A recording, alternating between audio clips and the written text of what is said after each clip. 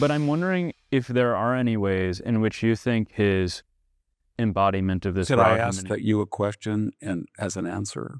Sure. So you've been here with your podcast for the last 4 years.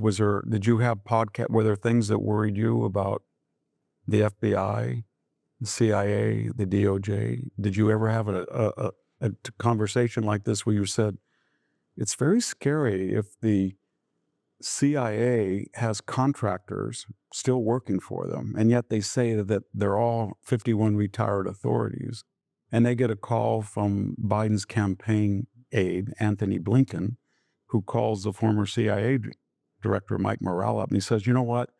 We've got a debate coming up, and we only got 2 weeks before this election, and this laptop is a bombshell. There are things that are really going to hurt us. So I want you guys to say that it has all the hallmarks. Got to have an escape because we know the FBI has it and the FBI's already authenticated it. But we want you to tell the nation in a letter, all you sober and judicious, calm people, that this is Russian disinformation. But just say it has all the hallmarks, because we know Leon Panetta and Brennan and Clapper and the rest of them will not be telling the truth, but we can't quite prove it because of this. And they did. And then Biden waves this thing up in the debate and says, how dare you, 51? Or the FBI was working with Facebook, and as Mark Zuckerberg said, they would be hysterical. The administration would call up and say, we don't want you this, and don't report this. And then the FBI would be consulting to suppress the news. Or you might have said, wow, Joe Biden kept saying, why isn't Merrick Garland prosecuting Trump? He's told us he never talked to anybody. And then on one day in November of, I think it was 2022, and the same day, Nathan Wade, the counsel of Fani Willis, is in meeting with the White House counsel. The same day, Jack Smith is appointed special counsel. And the same day, Mr. Coangelo from the DOJ decides who came from the Letitia James, the prosecutor, and then he went to the DOJ number 3. And then he decides that very same day he's going to resign to go to work for Alvin Bragg. So my point is this, that everybody was worried about what Donald Trump might do, or he might politicize, and I was watching the confirmation hearings the other day. But it's because the way he presents things. But if you're sober and judicious, and you have a particular type of resume, you can be exempt. Nobody says anything. Nobody's ever said anything about Joe Biden's. I'm very worried about Joe Biden. He told the country 6 times he wasn't going to pardon his son. He pardoned him with a future pardon. Anything comes up in the next 10 years. So if we find out, I don't know, tomorrow that Hunter Biden didn't just not report 7 million, but he didn't report another 10, it doesn't matter. So I think a lot of it is the way people look at what they define in Washingtonian terms as sober and judicious and careful, and what they don't.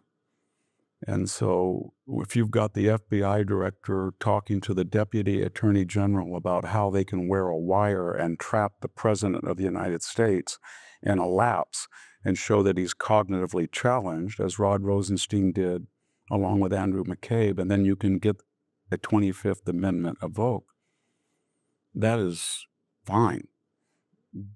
And so is the next president, who now the Wall Street Journal tells us, after talking to 50 sources, that they've known for 4 years that the president was debilitated, cognitively unfit, and yet his press secretary said he was fit as a fiddle.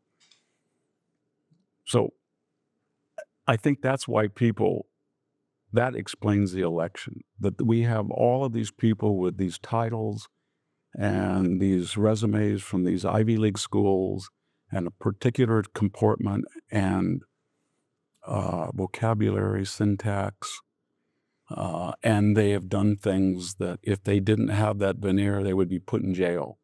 So then we have another guy come along and says they're all crooks. They're just nuts. Fani Willis is just nuts. They've never charged anybody. Everybody calls up a register if you're angry about an election. Of course they do. I didn't say invent them. I said they're there. Go find them. Everybody says that. Or Letita James, have you ever charged a person with overvaluing a real estate? And then the loan was made and you paid it off on time with interest to the delight of the Deutsche Bank? No, that I could go on, but my point is that in those lawfare cases, in every single case, three things were true. Number one, if Donald Trump was not the target, they would have never charged him. Number two, if he had just said in January, after January, say, I'm never going to run again, I'm done, they would have never charged him. And number three, they will never charge anybody, famous or not famous, with those crimes. They don't exist. If you have some, I don't know, minor little official in New York that has a tryst with some person who's blackmailing, so he has a non-disclosure form, they're not going to go back in there and say, you didn't report that as a campaign expense. Even the feds didn't want to do it. They said there's nothing there until Alvin Bragg, with Mr. Coangelo's help. So I guess that's where the big divide is in the country right now, that as you look at all the confirmation of Pete Hegseth and Pam Bondi and the rest of them, there was the common denominator is Kash Patel. Pam, where's your Harvard, Yale, Stanford degree? You don't have any. Where's your, I don't quite recall that.